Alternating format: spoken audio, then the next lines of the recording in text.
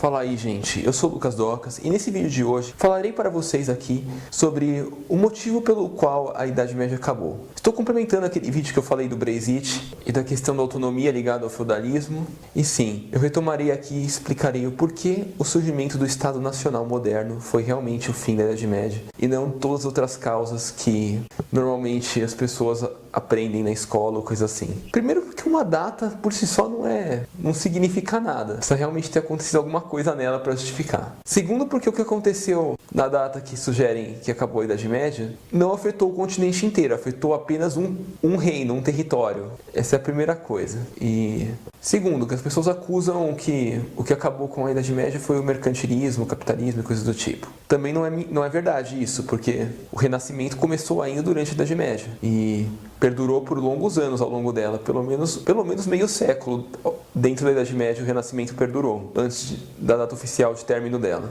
Então, esse é o segundo motivo pelo qual não foi que acabou a Idade Média, não foi o Renascimento. E o terceiro motivo, que eu posso mostrar para vocês mais claramente, é que sempre quando a gente fala que acabou por volta, pouco perto do final do século XIV, século XV, falei errado já, 1460 por aí, né? 60, 70, né? A gente imagina que, acabou aqui. Até antes a gente via na Idade Média. Vivia feudalismo, não sei o quê. Passou essa data, a gente não vive mais, agora tem um rei, assim, tem um rei unificando o país inteiro e, não foi assim. Então, na cara que não foi, porque, cada feudo foi deixando de ser um feudo com o tempo, e teve seu ritmo próprio. É uma completa incoerência falar que ocorreu tudo ao mesmo tempo.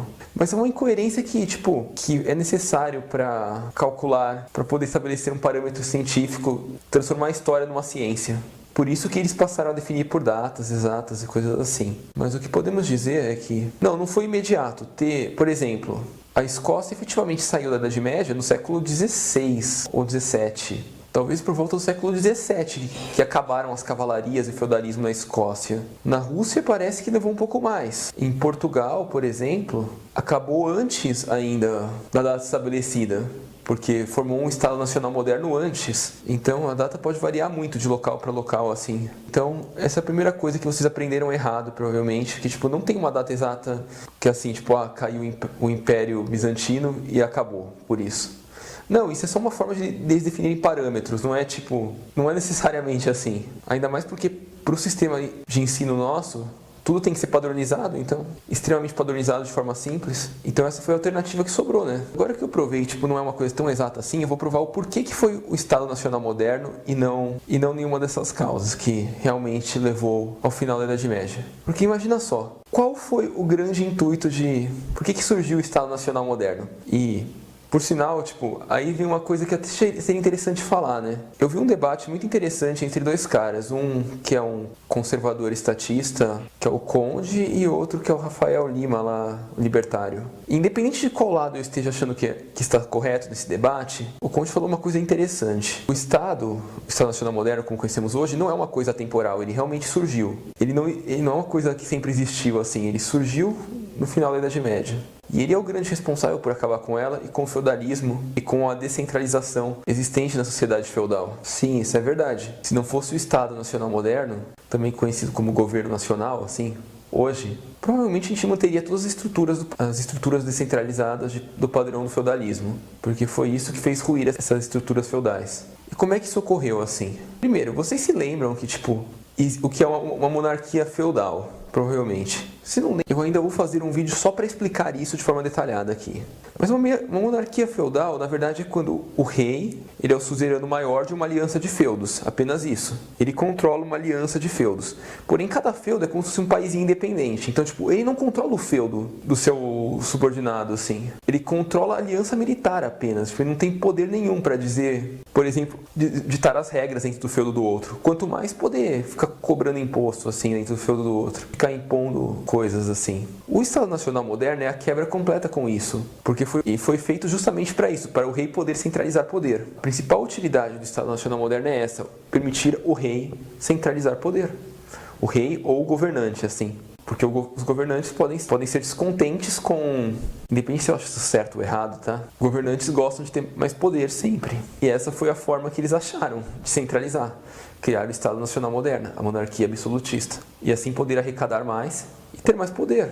E como que eles fizeram isso? Afinal, tipo, vocês lembram, ele não tem poder sobre o feudo dos outros, ele tem poder apenas sobre a aliança militar. E provavelmente se ele tentasse fazer uma merda com um dos seus aliados, é provável que seus aliados se rebelassem contra ele, né? Então, uma coisa que era muito comum deles fazerem era corromper os nobres. Porque afinal, tipo, o nobre é nobre porque é dono da terra dele. E ele tem os benefícios e os custos de manter a terra dele, né? Agora imagina só, vem um cara que se diz, eu sou o rei, eu tenho poder. E se você fizer uma aliança comigo, você vai ganhar vai ficar ganhando para sempre sendo vagabundo. Não precisa fazer mais nada, se preocupar com mais nada, porque tipo, só eu preciso ter o poder assim. E eu não vou te encher o saco nunca mais na vida. E você só vai ficar ganhando sem fazer nada. Tipo os esquemas de corrupção de hoje, entendem? Sim, o Estado Nacional moderno surgiu a partir da corrupção. Exatamente, foi só a tentativa de comprar os nobres e seus poderes locais, permitir que eles virassem verdadeiros uma classe de vagabundos e, assim, com isso, permitir que o rei tivesse o poder absoluto. E o rei só concordou em tornar os nobres uma classe de vagabundos porque se eles não fizessem isso, tentar só tomar na marra, os nobres iam se revoltar contra ele e iam impedir que ele, como vamos dizer, assumisse esse poder de verdade. No máximo o que acontecia é surgir um novo rei, ou quebrar a aliança feudal em alianças menores. Então eles precisavam corromper o nobre. Mas aí vocês se perguntam, e de onde vem esse dinheiro todo? Porque provavelmente o nobre não ia aceitar de cara sem ver um benefício assim real. Não ia aceitar isso na promessa. E é aí que entram as corporações, mas não todas as corporações. Aí entram em especial as corporações que tinham amizade com o rei. Lembra-se que eu falei que as corporações eram grandes multinacionais do período medieval? Sim, é verdade, elas eram o equivalente do período. E, como podemos dizer, algumas corporações eram extremamente competitivas e estavam muito à frente de riqueza do que as outras e do que até os próprios reis e nobres e coisas assim. Porém, haviam outros que tinham riqueza, mas estavam para trás e estariam dispostos a fazer o pacto com o diabo para poder superar aquelas outras. Então, essas que eu falei que ficaram para trás, mas que ainda tinham recursos, financiaram os reis para comprarem os nobres e assim terem privilégio do governo. Sim, o corporativismo surgiu também da formação dos Estados Nacionais modernos, que é a coisa mais anticapitalista que existe, provavelmente. Aí vocês ainda estão se perguntando, e vocês devem ter ficado com aquela dúvida, mas e as famílias, e as pessoas, e as outras corporações não fizeram nada para tentar impedir esse surgimento de um governo nacional moderno? A resposta é simples, fizeram. Tanto que, se vocês observarem, foram poucos os países que se unificaram relativamente rápido na Europa. Foram poucos esses países. A maior parte teve uma unificação bem lenta, assim, e foi unificar para valer no século XIX.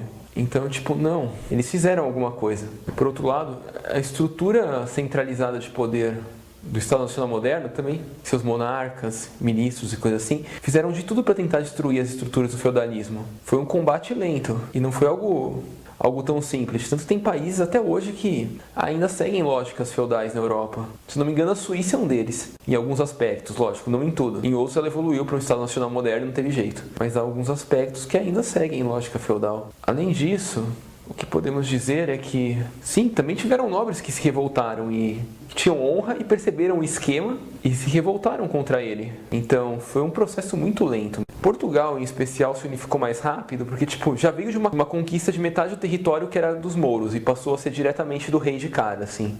Não foi tão bem distribuído aos nobres como senhores feudais para eles desenvolverem o feudo deles e depois eles terem como dizer se querem ou não aceitar o rei. Então se unificou mais rápido. E porque a outra metade do território não é muito grande também, né? Então por esse motivo que ocorreu isso. Portugal se unificou mais cedo. Mas agora vocês podem ver, tipo, a Itália passou pelo renascimento comercial antes de Portugal. E se unificou só no final do século XIX, para mostrar como realmente a estrutura feudal permaneceu muito tempo lá em Portugal, lá na Itália. Não foi algo fácil de derrubar. E lá em especial ficaram as corporações que realmente eram contra. E isso ajudou a demorar mais ainda, né? Mas está aí o motivo real. O fim da Idade Média e o surgimento do Estado Nacional Moderno nada mais são do que uma aliança entre corrupção e corporativismo. Corporativismo, não capitalismo, tá? Capitalismo é uma coisa, corporativismo é outra. Podem até se misturar, talvez, mas não necessariamente tem a ver um com o outro. E esse foi o motivo real. E agora que eu falei isso, tipo, eu acredito que ficaram muitas dúvidas pra vocês que eu tentarei responder em outros vídeos daqui pra frente. Sim, foi um vídeo cansativo, foi um vídeo importante. Talvez seja muito superficial pelo que eu deveria ter falado, mas eu tô tentando ser sucinto aqui com algumas coisas e depois, se possível, justificando cada passo delas. E é isso, gente. Obrigado e até a próxima. Falou!